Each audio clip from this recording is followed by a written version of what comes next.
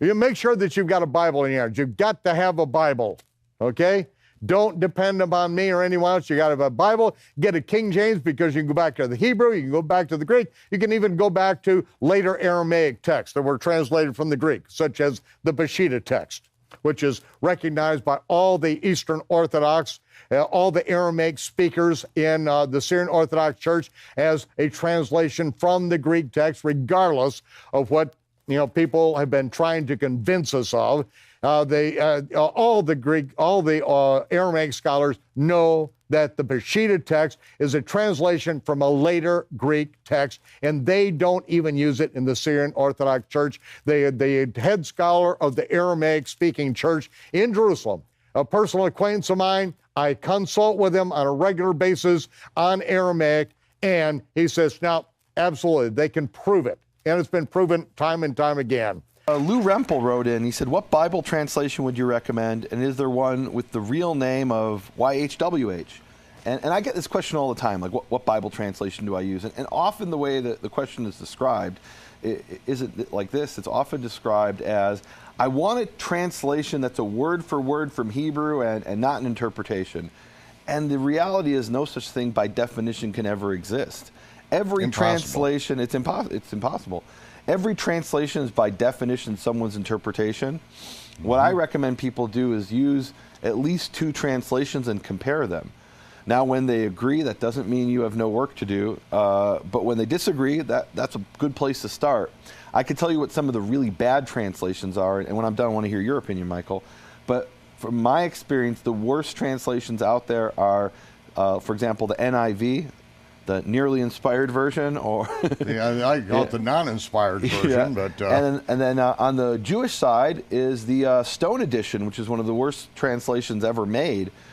In the Stone Edition, when it gets to the Song of Songs, it doesn't translate it. It gives you the rabbinical allegorical interpretation that it's speaking about the written law and the oral law in one passage.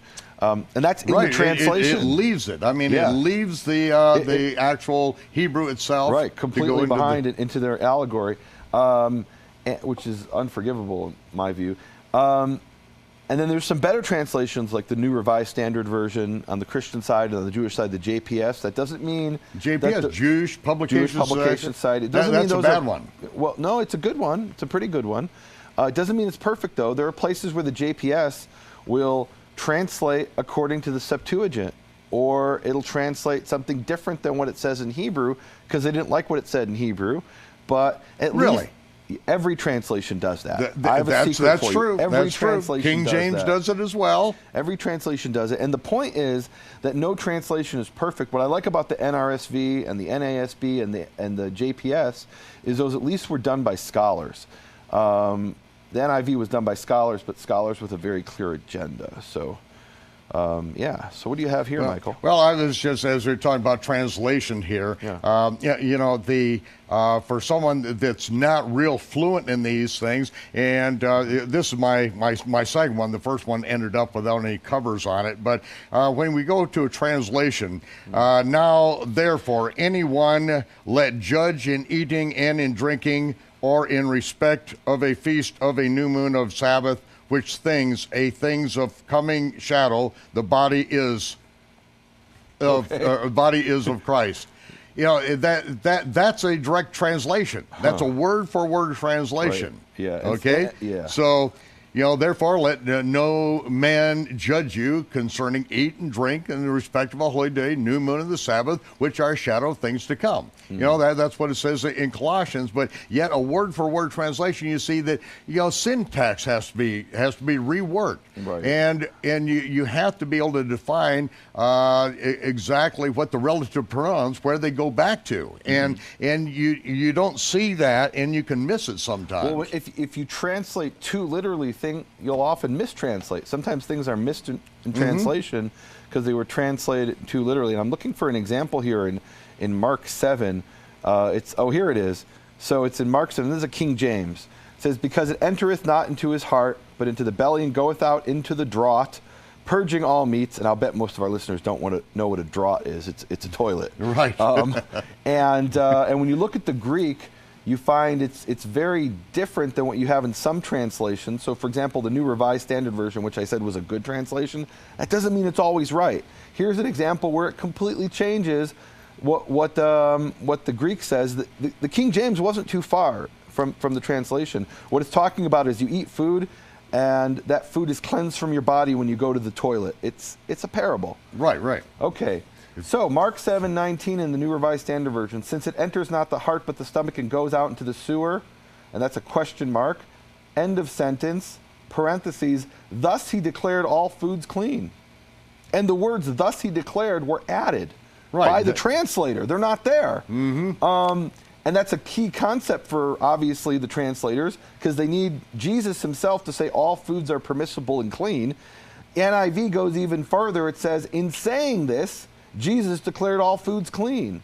So they've added, they added the name Jesus there. The name Jesus isn't there. They added it in the nearly inspired version. Because now we got to have our theology that you can eat dog, pigs, cats, and rats all of a sudden. You know what this reminds me of, Michael? In Israel, you have all these Christian denominations. You've got the Greek Orthodox and the Catholics, and they come to these different historical sites. Like one of the sites is Capernaum, where a lot of people don't realize this. Yeshua, according to the Gospels, was born in Bethlehem, grew up in Nazareth, but he lived as an adult in Capernaum. That's right. That was his ministry headquarters. Yeah. So I've met Christians in Capernaum who will, they've got these statues there, and I've heard this story from some of the tour guides there, the official tour guides of these churches, and they explain, well, when the Canaanite woman was healed by Jesus, that she asked permission. She said, in my culture, the Canaanite culture, we worship God through an idol. May I please worship you through an idol? And he gave her permission. And because of that, now all Christians are allowed to worship Jesus with an idol. And they actually tell this story to justify why they have all these idols. And it reminds me of this. They've got to put it in his mouth. That now we've said we can eat pork and we can eat shellfish. We got to put it in the mouth of Jesus, and let's just add the word Jesus to the translation. And what the Greek says is that what goes into the body goes through you, and you flush the toilet, and it purges it. It's gone. Right, and he's not talking. And that's all he's saying. Right. And, well, in the context there is he's talking about the rabbinical laws having to do with eating non-sacrificial meat in a state of ritual purity. He's dealing with that issue. That's probably a whole different study maybe we'll get to. But he's not talking about pig there. He's talking about steak from a cow that has become ritually unclean. Maybe was touched by a woman during her period, for example. The Pharisees come along and say, you're not allowed to eat that. And he's like, no, that doesn't make you unclean. That you guys are just making that up. But now they've misunderstood that. And then to get it, make sure everybody understands that you're allowed to worship the idols and you're allowed to eat the pork. They add the word Jesus here. So here there's a clearly, look, scholars like to use this big fancy word. They would say this is a tendentious translation, meaning these guys have an agenda and their agenda is quite clear. When you look, and here's what you got to do. You got to compare the translations. If you don't know Greek, I read it in the Greek, I have no problem. But if you're comparing the translations, you're like, wait a minute. That word Jesus, that's not in the King James. It's not in the NRSV. Is that in there? What does it really say? And that should lead you down the path of then studying further and finding out what it really says. Okay, I'm going to throw you something just out of the blue. Yeah. King James. Now, on the first day of the Feast of Unleavened Bread, the disciples came to Jesus and said, where is it that you would for us to prepare the Passover? Okay. Do we have a problem? The first day of the Feast of Unleavened Bread, where do you want us to prepare the Passover?